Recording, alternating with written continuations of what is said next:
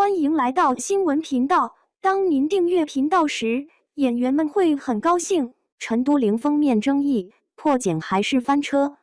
等了11年才登上5大女刊封面，结果被推上风口浪尖的不是赞美，是争议。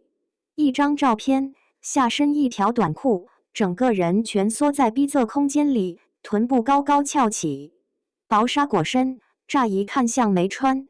就这么一个姿态，直接把围观群众看懵了。这还是那个自带清冷感、干净通透的陈都灵吗？时尚 Cosmo 8月刊正好是这本杂志创刊33周年的特刊。圈里人都知道，周年刊向来是争奇斗艳的修罗场，必须搞出点动静来。这次陈都灵的封面主题叫破茧化羽，薄纱、灵羽、全躯体态，讲的是蛰伏蜕变、挣脱束缚的故事。初衷听起来浪漫又励志，可问题出在概念落地的时候，完全跑偏了。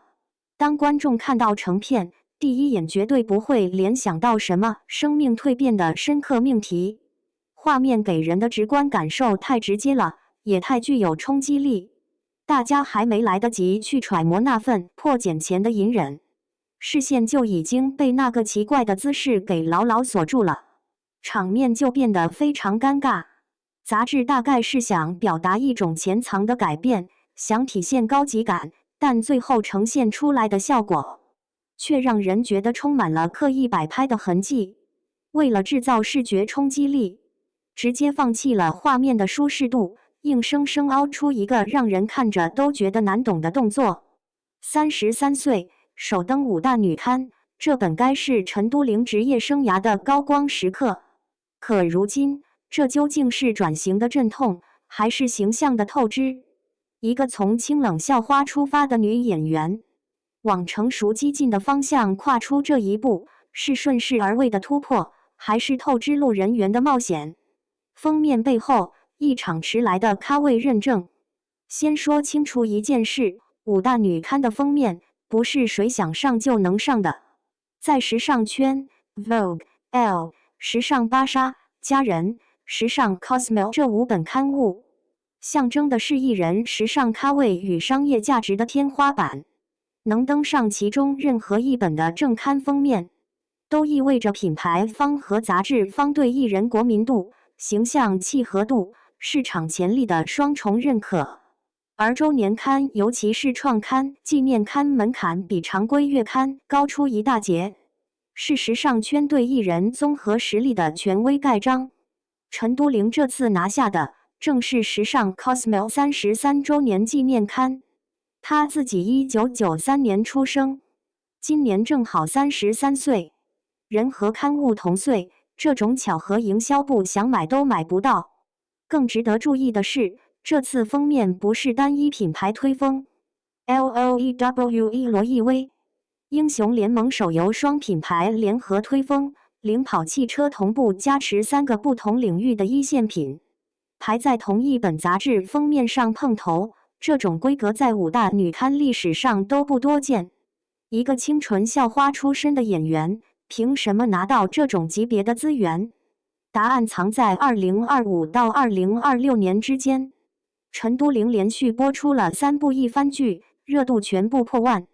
其中宴回时首播创下平台热度纪录，她凭借庄寒燕一角获得国剧盛典、星光大赏多项荣誉。从长月烬明里一人分饰3角的惊艳，到莲花楼中白月光侠女的扎实，再到翘楚里扛剧能力的全面验证，他用作品硬生生把校花的标签撕开了一道口子。首登周年刊不是运气，是11年积累的节点，但节点也是关口，跨过去是进阶，跨不过去就是争议。从初恋脸到大女人，转型为何总伴随争议？陈都灵这次被推上风口浪尖，说到底是破茧的姿势太猛了。从转型动因来看，她面临的问题是所有30加女演员的共性困境。年龄增长与角色固化是一道绕不开的坎，市场对女演员外形要求苛刻。30岁以后，少女感的天花板就在那里，不突破就意味着被淘汰。同类型女演员扎堆，更需要差异化定位。她的转型野心其实早有端倪。2023年长月烬明里，她一人分事业冰上添欢，墨女三角，尤其是腹黑悲情的女2号叶冰赏意外出圈。凭微表情演绎了一个从隐忍到黑化的复杂角色，被观众评价为面若观音，心如蛇蝎。到了2025年宴回时，她演庄寒燕，一个从任人欺凌到凭借智慧登上高位的清醒系大女主。刑场上击鼓鸣冤，母亲惨死怀中那场戏，哭戏和眼神戏都稳住了，被腾讯娱乐评价为确立90后大女主地位。靠作品攒下的口碑是实打实的，但问题在于，从清冷校花到成熟系大女人，这个跨度本身就不小。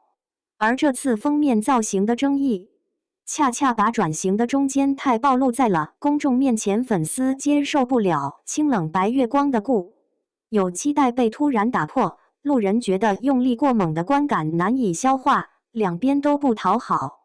当一张时尚照片满屏只剩下半裸和挺胯这些元素，主题表达就已经彻底失效了。如果一套封面必须要靠复杂的解释才能让观众勉强明白他想表达什么，那这种视觉传达无疑是失败的。不管打着多少艺术的名义，这种擦边球式的表达依然很难抹去画面给人带来的不悦感。阵痛与红利，每一次破茧都是赌博。争议归争议，数据不会撒谎。开售1分钟，全平台卖出10.4万本，进账572万。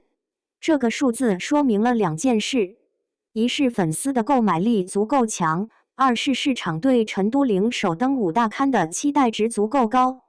短期来看，冲击是肉眼可见的，路人缘出现波动，部分观众因为人设崩塌产生负面评价，商业价值评估进入一个微妙的观望期。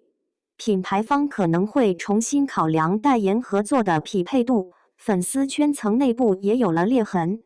少数粉丝在社交平台表达对团队工作细节的长期不满，但更多理性的声音呼吁在工作室评论区提意见，不要在路人多的地方刷负面观感。但长期来看，这组封面未必是坏事。一个演员谋求转型，不可能永远待在舒适区，想走成熟路线本身没问题，关键在于转型有没有作品来支撑。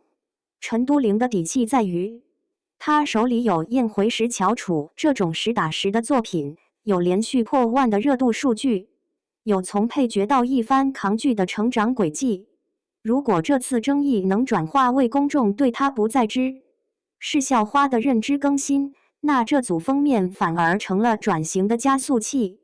风险在于，如果没有过硬的作品持续托底，光靠这种强烈的视觉反差来强行改变大众认知，外界可能根本记不住他想表达的蜕变，只会记住这组照片引发的争论。记忆点和争议之间的距离只有一步之遥，跨过去之后，先锋就变成了用力过猛。不只是陈都灵，每一个女演员都要面对的转型关。陈都灵面临的困境，其实是内娱女演员形象迭代的一个缩影。市场对30加女演员的要求是矛盾的，既要保持少女感以维持原有受众，又要展现成熟感以拓宽戏路。观众审美惯性难以改变，长期标签被突然打破，第一反应往往不是欢迎，而是抗拒。团队策略如果过于保守，无法破局；如果过度激进，又容易失去根基。从行业规律来看，转型的成功路径往往是相似的，循序渐进，通过角色选择、日常风格、综艺表现逐步过渡，作品先行，用高质量角色证明转型能力，而不是单靠造型硬来。舆论引导，主动沟通，强调成长而非颠覆。陈都灵这次的选择，可以说是把激进2个字写在了脸上。但换个角度看，在竞争激烈的内娱，不破不立。如果每一步都小心翼翼，永远等准备好了再出发，那可能永远等不到那一天。回到这组封面本身，33周年刊确实需要一个难忘的记忆点。陈都灵也确实完成了一次新的尝试。这套封面究竟是展现了她的进步，还是透支了她之前建立的良好形象？看客们心里自然有杆秤。转型是内娱女演员的必修课，而破茧的姿势决定了她是飞向更高处，还是困在茧中。如果你是陈都灵的团队，你会建议她如何回应这次争议？